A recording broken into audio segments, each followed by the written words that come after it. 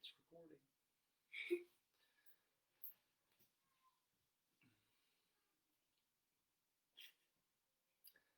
All right. Good evening, church family. We are here tonight. This is a very special Facebook Live edition, and Harper and I are going to be packing a shoebox together. So, as you join us tonight, just let us know that you're here. This is going to be a more lighthearted, fun Facebook Live session. Not going to take terribly long. I just want to make sure I have a minute to explain very carefully how to pack a shoebox. I think that I explained a little bit of this on Sunday morning. Hey, Dennis, thanks for joining us, man. I explained a little bit of this on Sunday morning, but I feel like we need to go through this a little more carefully. Specific instructions. I know that First Baptist has done this before, which is great news, but we have some new folks in our faith family right now who are participating, and so we want to make sure that we explain very clearly how to pack a shoebox. So what I want to do before we go through these specific instructions and as people continue to get on here is talk a little bit about why this is an important activity for our church. Harper's just excited to pack the shoebox, aren't you? Yeah, okay. So we'll get to that in just a second, but these shoeboxes are incredibly special, and I told you on Sunday that we've had the pleasure of being on the other side of this whole operation when our family served in the Philippines. Harper even remembers. We were talking about it tonight as we were, shopping for the shoebox. Special memories that we had in handing these shoeboxes out, and it's really, really awesome. I know it's so simple for us as we put just a few small items in this box. It's a really simple activity, but it has an incredible impact on children all over the world. I remember vividly walking in and giving these boxes out and seeing just the faces of these children light up, opening just the smallest of gifts that we take for granted so often. And for them, it was just a huge deal. And like I told you on Sunday, we took this as an opportunity to explain the open invitation of the gospel and how, the gifts that we put in the box, they're going to wear out, they're going to get old, they're going to be exhausted at some point, but the gift of the gospel and a relationship with Jesus is never exhausted and is an eternal gift of eternal consequence, eternal significance, and it's a real treasure. And so we got to pray most often with the families of these children as they came in, because these moms and dads, for them, they enjoy seeing their kids receive these gifts as well. And so it opens up that open conversation with them as well. So it's a really, really, really neat operation. Samaritan's Purse is completely transparent in the way they do their operation. It's a great nonprofit, and we as a church are so grateful for the opportunity to partner with them. I also told you on Sunday that our goal as a church is to pack 100 of these shoeboxes. Now, as your pastor, this is very early in my ministry here, and it's the first goal that I've set, and so it was really nerve-wracking to think and pray over this goal, but I really think it's within reach for us to pack 100 of these shoeboxes. As a matter of fact, just yesterday, I went into the sanctuary and I was counting the number of little tags that were left there at the altar. I printed off 100 of those tags and made them available for folks. And I counted those up, and there were like 41 of them left. And I was really encouraged by the response, but still kind of overwhelmed because there were so many of them left. And then just a little while later, after I prayed about this and really expressed thanksgiving to the Lord for those that had responded, but then also prayers for those who would respond because we needed these other ones adopted. Literally just like an hour later, I got a phone call from someone at our church, and they said, hey, I grabbed one of those, but I need to grab 9 more.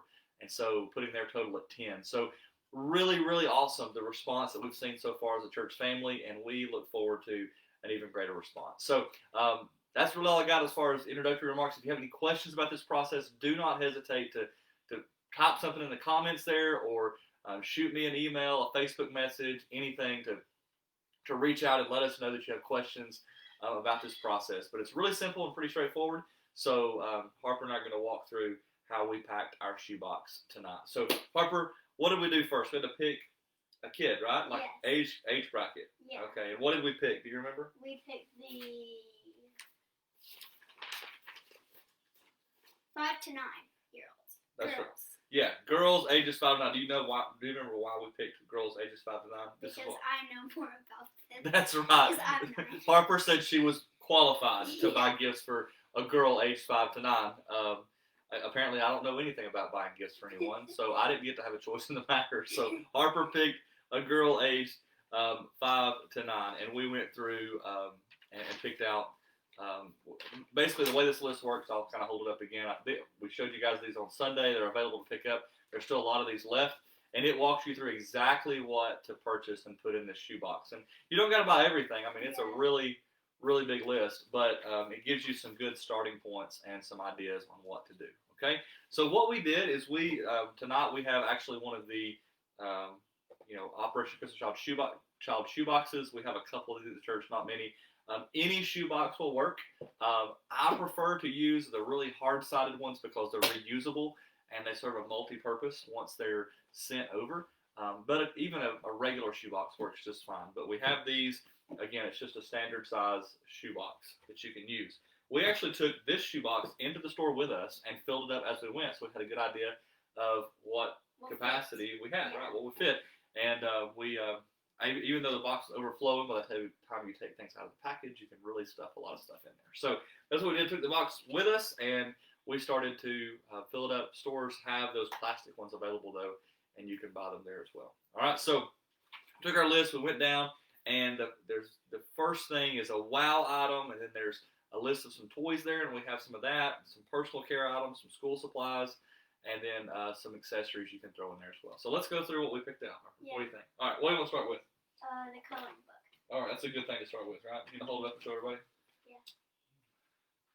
All right, so we've got a coloring book, and we're going to put that in the bottom, right? Mm-hmm. So one thing we did is we got this one that's got some Bible stories in it and some coloring pages. One thing to recognize is a language barrier. So, getting one that's a coloring book that's still going to communicate some basic Bible stories is pretty cool.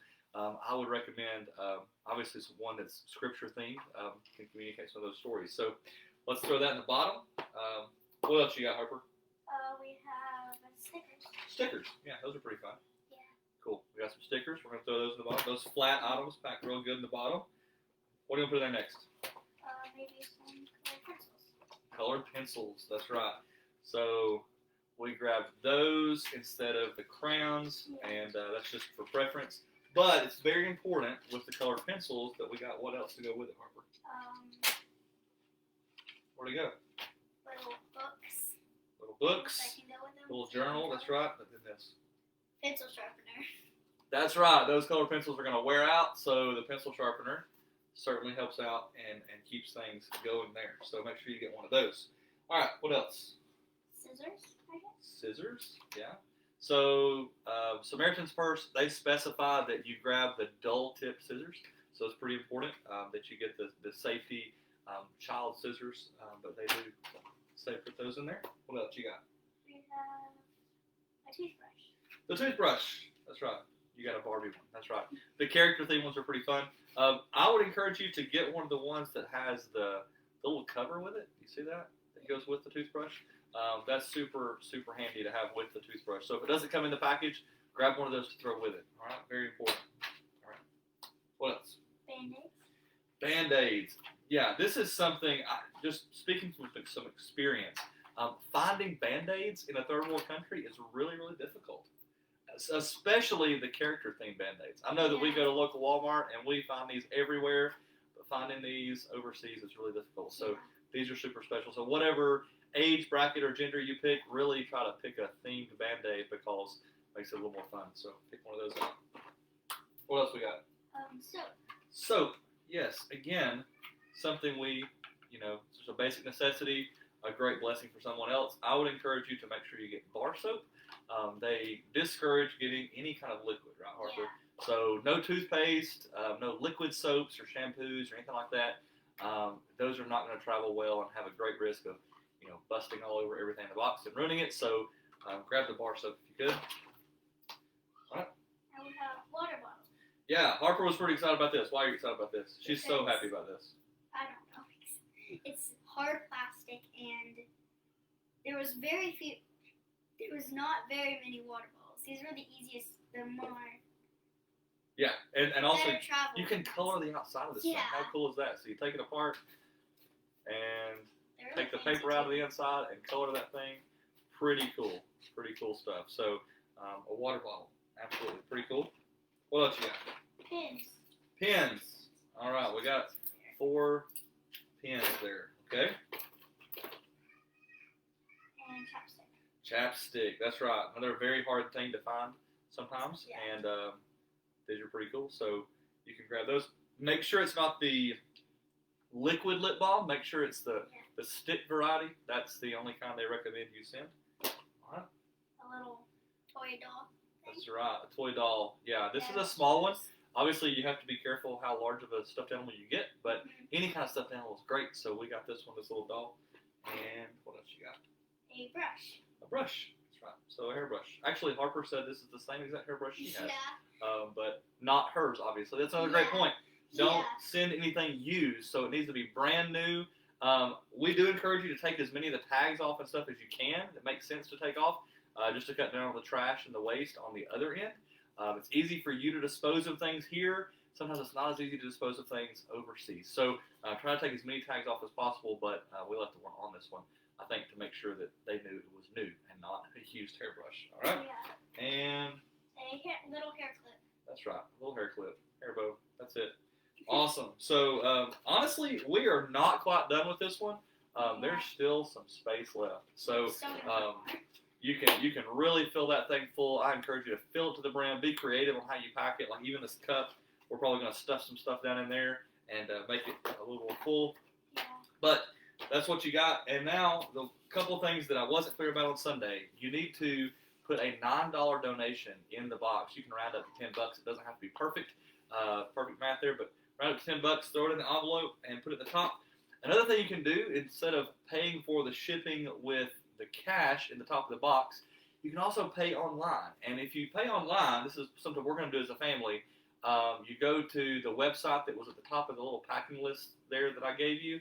And if you go there and you pay online, then you can print off your label and attach it.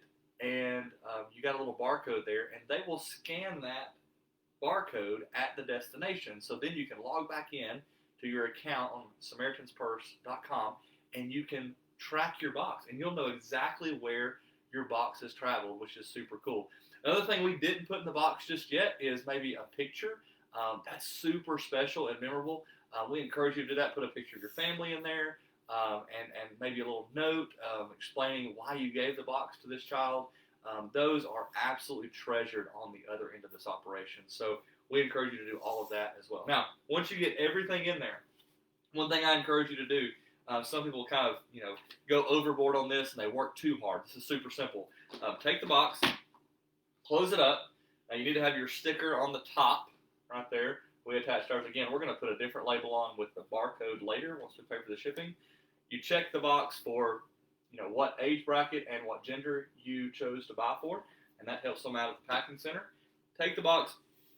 Do not tape it closed and do not wrap it closed. What I encourage you to do is grab some rubber bands like this, and throw them around the top, something like that. See the rubber band there?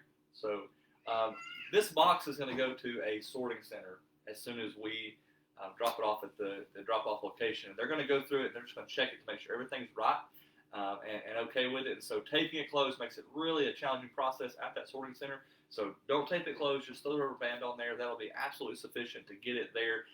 Once they look at it and check the contents and make sure everything's okay, then they're going to, secure it a little bit more firmly to make sure it travels well. All right? The very last thing you should do with the box is pray.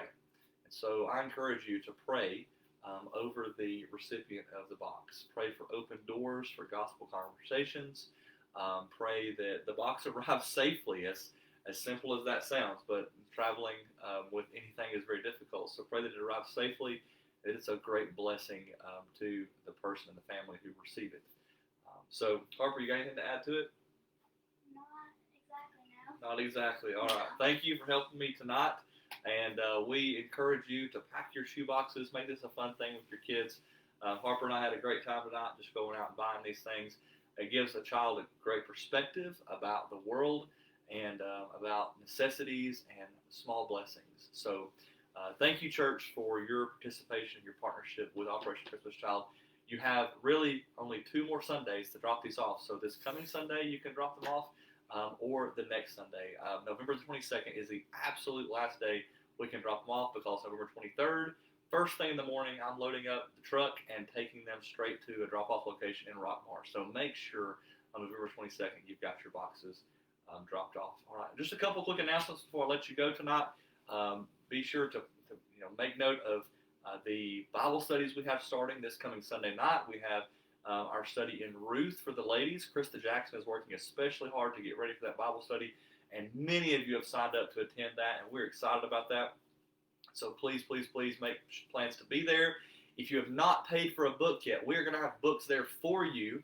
And so if you'll just bring your $15 then, we will give you a book that night because we're going to have all those on hand for you then. If you've paid in advance, then obviously we've already gotten those for you and have handed those out. But we'll make sure that night we have extras on hand for anyone who attends that night and wants to pay then. Also, in a lot of the ladies' study, I encourage this as well. We need some child care workers to help with children ages like 0 to 5, nothing older than that. But we do have one person who has volunteered to help keep the children each and every night of that Bible study, but we need one more person to work with them. We can set up a rotation, and that's fine, but if it's laid on your heart to help us out with this, we definitely encourage you to let us know. Shoot me an email, send me a text, a Facebook message, something, and let me know that you would like to help us out with that.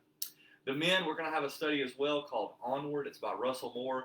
I've been diving into that book this week. It is a great, challenging read, and I think it's going to encourage some really great conversation with our guys. So please make sure that you guys make plans to be there on Sunday night for that.